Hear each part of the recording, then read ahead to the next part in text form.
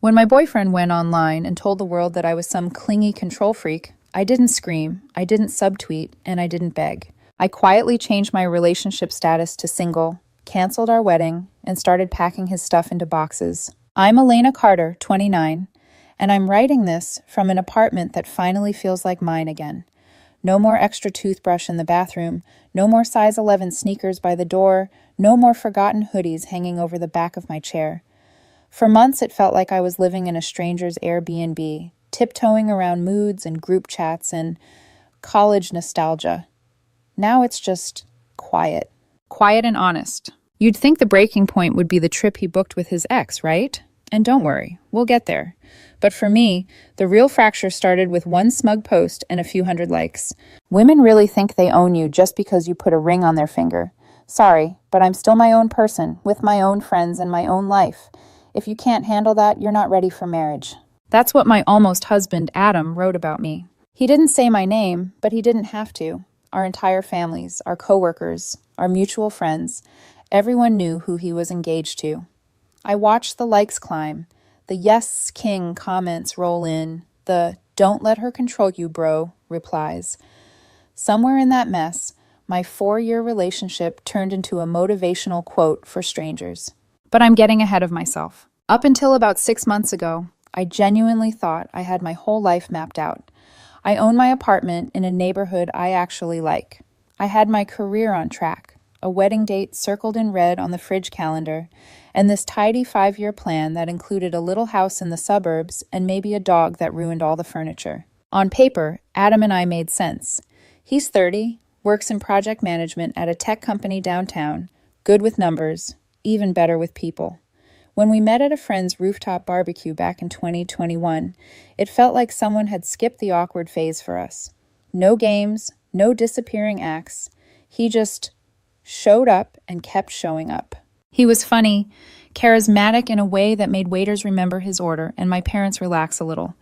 For a long time, our lives were beautifully boring in the best possible way. Weeknights, we'd cook together, arguing over who ruined the sauce and who forgot to preheat the oven. Weekends, we'd sleep in, binge shows, go to farmers markets, and pretend we understood heirloom tomatoes. We'd talk about mortgage rates and neighborhoods like we were auditioning for a comfortable adults commercial. His mom called me the best thing that ever happened to him. My dad liked that he had a stable job and didn't flinch at the word commitment. When Adam proposed last March at this little cabin we rented upstate, I cried so hard he thought he'd done something wrong. Then I laughed and said yes about 20 times. Within an hour, there was a group chat with my closest friends titled Elena's Big Day, and a Pinterest board full of dresses I couldn't afford. For a while, it really did feel like we were building something permanent. The kind of relationship where you don't check your partner's phone because it simply doesn't occur to you to be suspicious. The kind where you can picture your shared gray hair and terrible matching sweaters. Then his past came back to town. Her name was Zoe. Zoe was Adam's ex-girlfriend from college. The kind of ex who appears in every college story with a red cup in her hand and glitter somewhere on her face. I'd seen her in old photos, heard her name in old stories, always told in this breezy, harmless way. Oh, that was back when I was dating Zoe. She's wild, you'd like her. They'd broken up years ago, long before I was in the picture, and allegedly stayed friends, which, to be honest, never bothered me at first. I'm not the you can't talk to anyone you've ever dated type. People have history, I get that. Zoe had moved to Austin after graduation to work at some startup. According to Adam, they kept in touch with the occasional happy birthday text or Instagram like. I'd met her once at a mutual friend's wedding, where she hugged Adam, hugged me, and told me I was so pretty, oh my God, in that way that feels like a compliment and a warning at the same time. Then, last September, Zoe moved back to our city. Suddenly, she wasn't a blurry figure in old photos anymore. She was everywhere. Adam was ecstatic. You're going to love having her around, he kept saying. She's like my emotional chaos twin, in a good way. Along with Zoe came Max, one of Adam's old college buddies. Max is the kind of guy who always speaks at maximum volume, wears watches that cost more than my rent, and treats every bar like his personal stage. He talks about the grind and building an empire, so much you'd think he invented capitalism. The three of them called themselves State Crew after their university. Apparently there used to be more of them, but these were the core. At first, it was fine, harmless even. They'd grab drinks after work, we'd invite them over for dinner. I watched the way Zoe flung herself onto our couch, like it had belonged to her in another lifetime. I watched the way Adam's shoulders loosened around them, how he laughed louder, looser, like he'd slipped back into an old skin that still kind of fit. I wanted to be happy for him. I know what it's like when old friends come back. Suddenly you're 21 again, and your biggest problem is a midterm and a hangover. Adult life doesn't offer a lot of chances to feel that kind of reckless. So I told myself to relax. I reminded myself that I trusted him, that Zoe was an ex from a lifetime ago, that Max was just loud, not dangerous. The first little shift was the group chat. At some point, State Crew Forever was born. I know because I saw the notification pop up on his phone one night while we were watching a movie. The phone buzzed. He chuckled. Then it buzzed again, and again. Within 5 minutes, my living room had turned into the backdrop for a conversation I wasn't part of. "Sorry, babe, it's just them talking about this stupid college story," he said, thumbs flying. "You'd be bored." I laughed it off. "I'm not allergic to nostalgia, you know." "Yeah, but it's a lot of inside jokes. You'd roll your eyes." He wasn't wrong, but there was something about the way his phone tilted away from me, screen angled just out of sight, that made something cold and small curl in my stomach. It didn't start with big betrayals. It started with little things. Movie nights where he spent more time with his phone than with me. Dinners where he'd glance down, smirk, and say, "I'll tell you later, it's dumb," but never did. Brunches that used to be our thing turning into, "Oh, I already ate with Zoe and Max. We went to that new spot downtown, you were still asleep." He invited me sometimes to loud rooftop bars on Wednesday nights when I had early calls Thursday morning, to events that were less about talking and more about posting stories, clinking glasses, neon lights, "The crew is back" captions. I'd say, "I've got a big meeting tomorrow," or "I'm exhausted, you go." Wanting to be supportive. Wanting to be the cool, understanding fiancé, not the nag who pulls him away from his friends. Looking back, that might have been my first mistake. Not because I should have policed his social life, but because my absence made it so easy to turn me into the outsider. Then came the fitness era. Adam had always been moderately active. Gym when he remembered. Weekend hikes if the weather was nice. Nothing serious. Suddenly, he was waking up at 5:30 a.m. to go to the CrossFit gym Zoe swore by. He bought new gym clothes, expensive ones with tiny logos and big price tags. He started talking about macros and meal prep like he was reading off a script. "I didn't even know you knew what a macro was," I joked one morning as he weighed chicken on a food scale. "Zoe's been helping me with a program," he said. "She's really into this stuff." Something about the way he said her name, casual, familiar, soft around the edges, made that cold little knot in my stomach twist a bit tighter. I still told myself I was overthinking it, because that's what we do, right? We gaslight ourselves first. "You're jealous. You're being insecure. You're going to push him away if you make it a big deal." He's allowed to have friends. He's allowed to talk to his ex. It's fine. It has to be fine. It wasn't fine. But at that point, I didn't know just how not fine it was going to get. I didn't know there was a vineyard and a bed and a folder full of photos waiting months down the line. All I knew was that my fiancé was slowly drifting out of the life we were building and back into one I didn't recognize. And it all led to one nostalgia weekend that I wasn't invited to. That's the trip that blew everything up. By the time winter rolled in, it felt like our entire social life had been taken hostage by Adam's college nostalgia tour. We used to split our weekends between my friends and his, work events, the occasional quiet night in. Now everything revolved around what Zoe and Max wanted to do. Zoe wants to check out this new rooftop bar.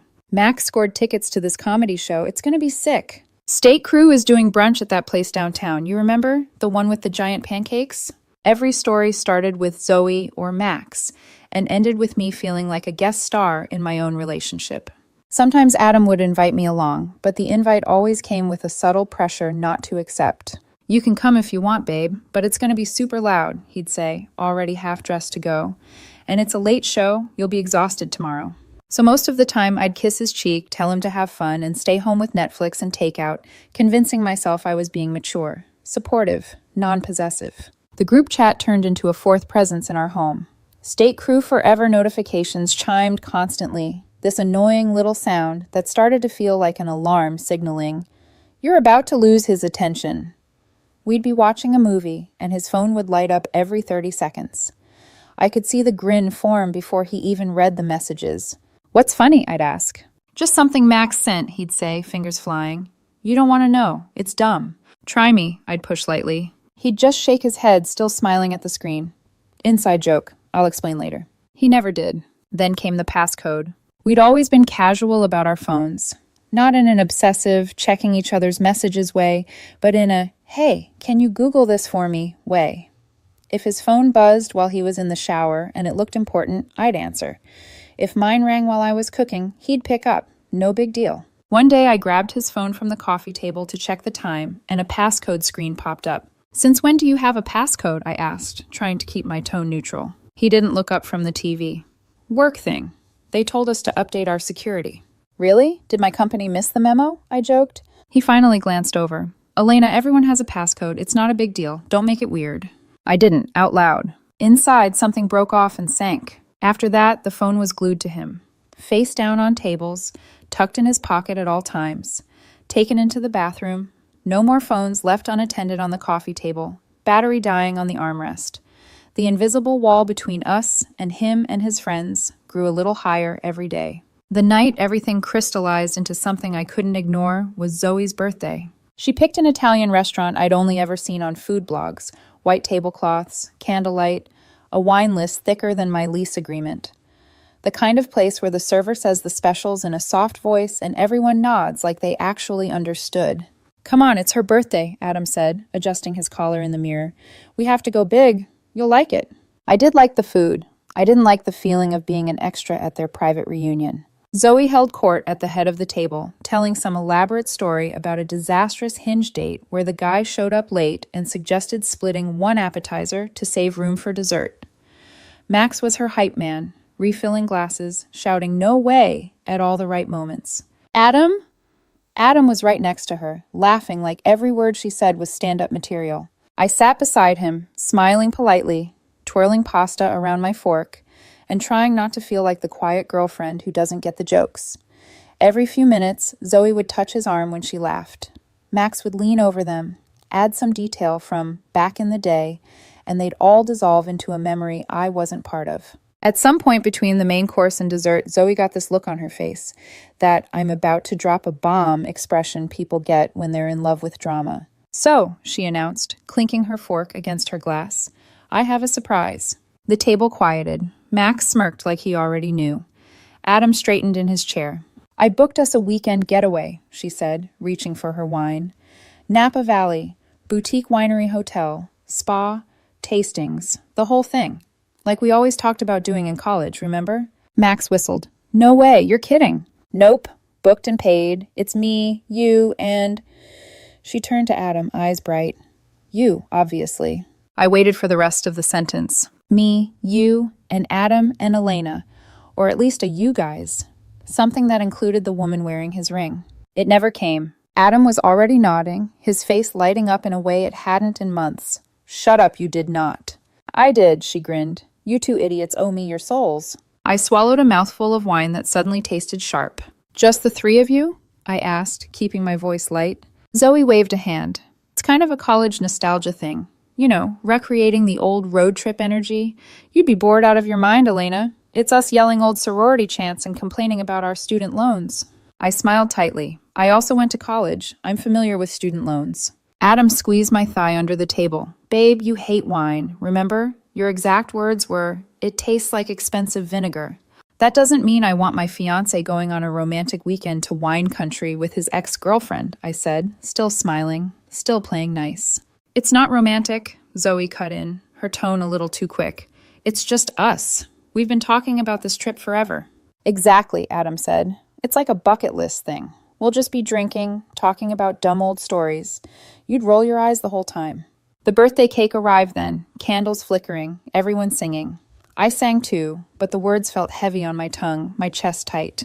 The cake tasted like cardboard. On the drive home, the facade cracked. We were barely out of the parking lot when I spoke. So, that trip to Napa, I said calmly, staring out at the string of headlights ahead of us.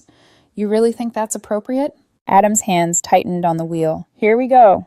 Here we go what? I asked. He sighed dramatically. Elena, it's a weekend with friends, that's it. A weekend with your ex in wine country, at a couple-style resort. That's not nothing, Adam. There's 3 of us, he said. How is that romantic? Zoe and I are friends. Max is there. You're being ridiculous. No, I said, feeling fire creep up my throat.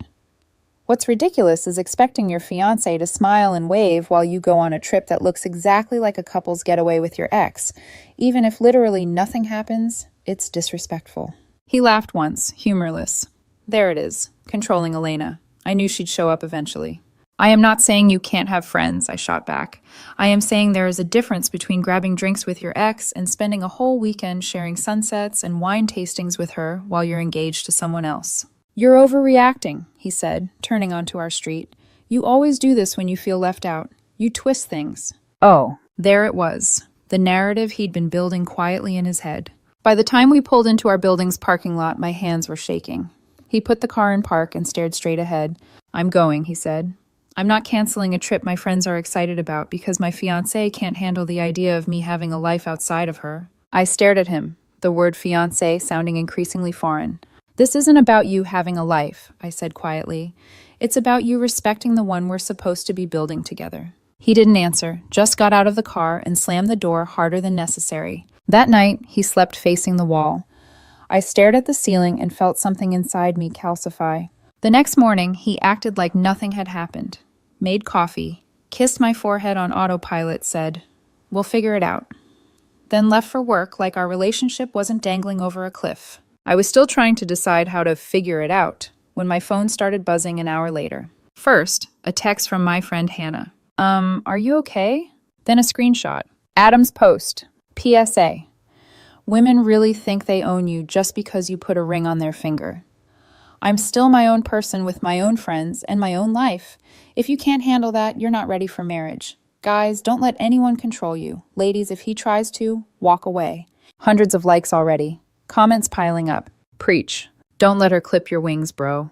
Controlling partners are the worst. And of course, Zoe. Yes, king. Max had liked it within minutes. I read it once, twice, 3 times, just to be sure I wasn't hallucinating. The man I was supposed to marry in 8 months had just publicly reduced our private argument to some cheap empowerment quote for people who didn't know either of us. He'd taken my perfectly reasonable boundary and reframed it as oppression. I could have commented. I could have posted my own version, told everyone about the passcodes and late nights and nostalgia trips with his ex. I didn't. Instead, I opened Facebook, went to my profile, and clicked edit next to my relationship status. Engaged to Adam Mitchell, single. The notification went out silently to everyone who had just watched him call me controlling. Then I opened my email and pulled up the folder labeled wedding, venue, caterer, photographer, DJ, florist, cake, hotel block. I made phone calls until my voice went hoarse. I'm calling to cancel our booking. Yes, I understand about the non-refundable deposit. No, there won't be a reschedule. Every time I hung up, something inside me felt a little lighter. The wedding I'd spent a year planning was being dismantled in less than 2 hours, like knocking over a tower of blocks I'd carefully built while someone else played games behind my back. After the vendors, I messaged our out-of-town family and friends, told them the wedding was off, that I'd explain later. I canceled the tux rental, the rehearsal dinner, deleted the Pinterest board called Mrs. Carter Mitch because even the name made my skin crawl now. Finally, I texted Adam. Since I'm apparently so controlling, I've canceled the wedding. The lease is in my name. Your things are packed by the door. You have until tonight to pick them up. Don't make this harder than it needs to be. I put my phone face down and started packing. His side of the closet first. Shirts I'd ironed, suits I'd picked out with him, the hoodie I used to steal when I was cold, toiletries from the bathroom, that stupid collection of gaming controllers tangled beside the TV, the framed photo of us from the cabin, the one he'd used to propose. I wrapped the glass in bubble wrap. Love doesn't make you careless with people's things, even when they're careless with you. By the time he walked through the door that evening, there were 6 boxes lined up in the hallway like a barricade. He froze. Elena, what is this? I leaned against the kitchen counter, suddenly very, very calm. You said you're your own person, I said. Congratulations. Now you get to live like it. When Adam walked into our apartment that night, the boxes were lined up in a neat row against the wall. 6 of them, taped shut, labeled in black marker. His name on every side. He froze in the doorway, keys still dangling between his fingers. Elena, well, what is this? I didn't raise my voice. I didn't cry or shake or try to make him feel guilty. I just leaned against the kitchen counter, arms folded, completely calm. You posted about me online, I said, so consider this my official statement. He swallowed. Babe, come on, that post wasn't about you. It was general. You used my life to get likes, I replied, and you humiliated me to strangers while calling it empowerment. His face twitched. We should talk. Without all this. He gestured at the boxes like they were props in a scene he didn't remember agreeing to. We did talk, I said. You chose the audience. Now you can live with their applause. The silence pressed in from all sides. After a long, shaky breath, he finally stepped forward and started lifting boxes. Every thud of cardboard against the floor was a small funeral. At the door, he paused. His voice cracked as he said, You'll regret this, Elena. You're throwing away 4 years. Over nothing. I looked at him directly. If you think it was nothing, then I'm glad I ended it. He closed the door behind him, and my apartment exhaled. For the first time in months, I could breathe. The weeks after the breakup came in waves. The first week was bliss, an unexpected kind of freedom. I slept diagonally across the bed, left my hair products spread on the sink, cooked dinner for one without apologizing for the mess. Week 2 was rage. Big, loud anger that lived behind my ribs and made me replay every ignored red flag I'd convinced myself was trust. By week 3, the messages started. We need to talk. Please, Elena. You're misunderstanding. Just hear me out. I didn't respond. Then came the calls. 10 in one afternoon. I let them all go to voicemail. Let him talk to the empty space where I used to be. Next came the apologies. I shouldn't have posted that. I was stressed. I didn't mean to make you the villain. Still, I said nothing. But time is sneaky. When you love someone for years, your memories start defending them. Suddenly, I was remembering the way he held me during my worst nights, the way he proposed with shaking hands, the way we planned a future like it was already a certainty, and the doubt began creeping in during the quietest hours. That's when he sent the message that stopped me. I cut them off. Zoe and Max, everything. Please meet me once. That's all I'm asking. I sat with it. Not because I trusted him, but because some wounds don't close until you understand how they were made. We met at a diner near my apartment. When Adam walked in, he looked smaller, like he'd been emptied out. Elena, he said quietly, sliding into the booth. Thank you for coming. I didn't answer. I messed everything up, he continued. I know that. I panicked. I felt like I was losing myself, and instead of talking to you, I acted out. He slid his phone across the table, unlocked. Look, he said, Zoe's blocked. Max is blocked. I deleted the group chat. I've stopped going to that gym. I'm doing counseling. I'm trying. I stared at the screen. The evidence of his cleanup was all there. Contacts gone, messages wiped, social accounts muted. He kept talking, his voice trembling. I forgot how to be someone stable. I let nostalgia and ego get in the way of the life we were building. I hurt you. I betrayed your trust, but I don't want to lose you. 2 hours passed like seconds. When he finally asked if we could try again, I didn't say yes. But I didn't say no. 2 weeks later, after counseling sessions and painfully honest conversations, Adam moved back in. It wasn't romantic. It felt like learning to walk again after breaking both legs. He was attentive, present. He came home early, put his phone face up on the table, canceled nights out, cooked with me again, laughed with me again. Even my therapist said, people do change when they're confronted with losing something important. My mom cried out of relief. My dad grumbled, but accepted it. My best friend Hannah rolled her eyes and hugged me anyway. And slowly, I let myself believe maybe this time would be different. Maybe we could rebuild something steadier, smaller, but real. But even when someone repaints the walls and replaces the furniture, you can still smell the fire. Every time Adam joked about college, a tiny knot formed in my stomach.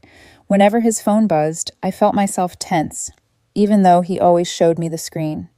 Something inside me, some sharp, quiet instinct, whispered that the danger hadn't passed. It had simply gone underground.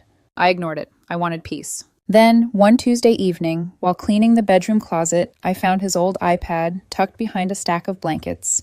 No passcode, fully charged. I picked it up. A notification slid across the screen. New message from Zoe. Zoe, the woman he'd sworn he blocked. The woman he'd sworn he erased. The woman he claimed was no longer in our lives at all. My chest tightened, my fingers pressed the screen almost on reflex.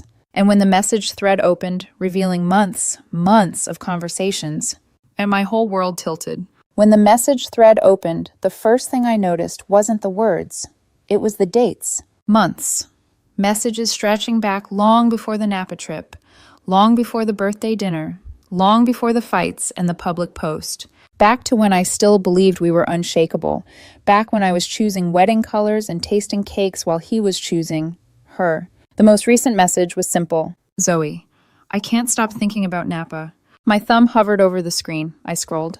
There were hundreds of messages. Late-night texts full of nostalgia, inside jokes I'd never heard, memories they'd resurrected like artifacts from a museum only they had the key to. There were messages where Adam told her she still had the same spark. Messages where Zoe wrote, "Sometimes I wonder what would have happened if we hadn't broken up." And Adam replied, "Yeah, I think about that sometimes too." My chest tightened, breath thinning. I scrolled faster. Their conversations were long, intimate, emotional. This wasn't harmless friendship. This was a slow-burn relationship happening in parallel to the one I thought I had. Then I reached the photos. The ones he never posted, the ones he deleted from his phone, the ones he thought would disappear if he just remembered to empty the right folder. A vineyard selfie, Adam holding Zoe's waist, their faces tilted toward the sunset. A tour photo, her head on his shoulder. A candid shot, hands intertwined as they walked down a row of grapevines. My entire body went cold, but the next image made something inside me actually break. A mirror selfie, in a hotel room. Sheets pulled up around both of them. Zoe pressed against his chest, Adam smiling. The caption, "Best weekend ever." I didn't scream, I didn't cry. I sat on the closet floor, iPad in hand, while something heavy and quiet settled inside me. It wasn't shock. Shock is sharp and bright. This was something else, something colder, like a door closing. When I finally stood up, the world felt different, smaller, clearer. I emailed every screenshot to myself, then to a backup email, then to a folder on my laptop labeled insurance. If there was one thing I refused to let him do ever again, it was gaslight me. When he walked through the door that evening, humming like nothing was wrong, I was sitting on the couch with the laptop open. "Elena?" he said, smiling faintly.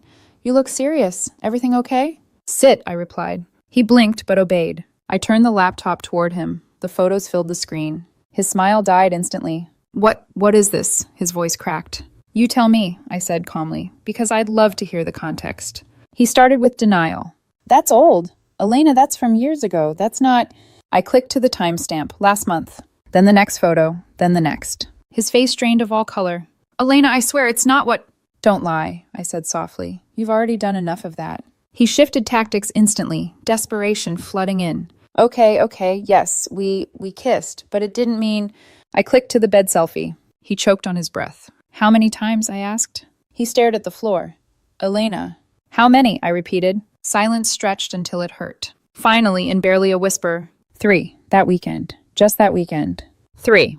3 times while I was at home, answering wedding vendor emails and making Pinterest boards with our future on it. 3 times while he was sending me selfies of the great views and cute winery dogs.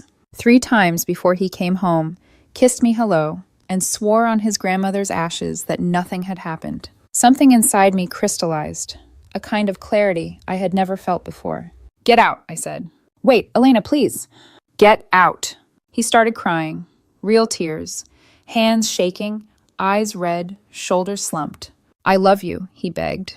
"It was a mistake. I was scared. I was confused. I didn't know what I wanted." "You knew enough to hide your iPad," I said. "You knew enough to delete your messages. You knew enough to lie every day for months." "I can change," he whispered. "I will change. Please don't do this."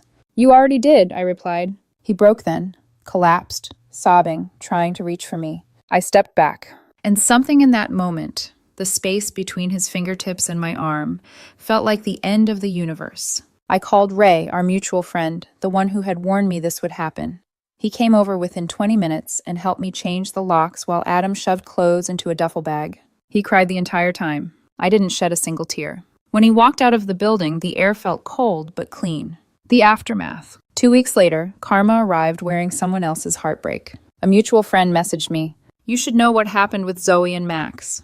Turns out Max had a serious girlfriend, a long-term one, living together in Portland. She found out about Napa, either through his phone or one of their mutual friends. Max panicked, blamed Zoe entirely, told his girlfriend that Zoe had thrown herself at him. He blocked Zoe on everything, just like that. Zoe lost her best weekend ever as fast as she'd helped destroy my engagement. As for Adam, he moved back to his parents' house temporarily. He sent apology after apology, all unanswered. His mother called me to say she was ashamed and that I deserved better. I didn't disagree. Rebuilding. Work became my refuge. I threw myself into projects, stayed late, earned a promotion within 3 months. My apartment felt like mine again. Warm, quiet, peaceful.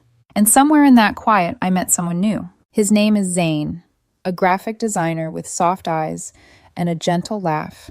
He doesn't hide his phone. He doesn't live in nostalgia. He looks at me like I'm real, not an accessory or an audience member. When he introduced me to his friends, he held my hand the whole time, proud and steady. No secrecy, no performance, no exes lurking in group chats. Just ease, something I forgot relationships were allowed to have. The last message. 8 months after the breakup, I got a text from an unknown number. I know you'll never forgive me. I don't blame you. You deserve better. I hope you found someone who appreciates you. I stared at it for a long moment. Then I blocked the number. Some bridges burn so thoroughly that even the ashes aren't worth sifting through. Some apologies arrive long after the door has closed. And some people only realize your worth when they're standing out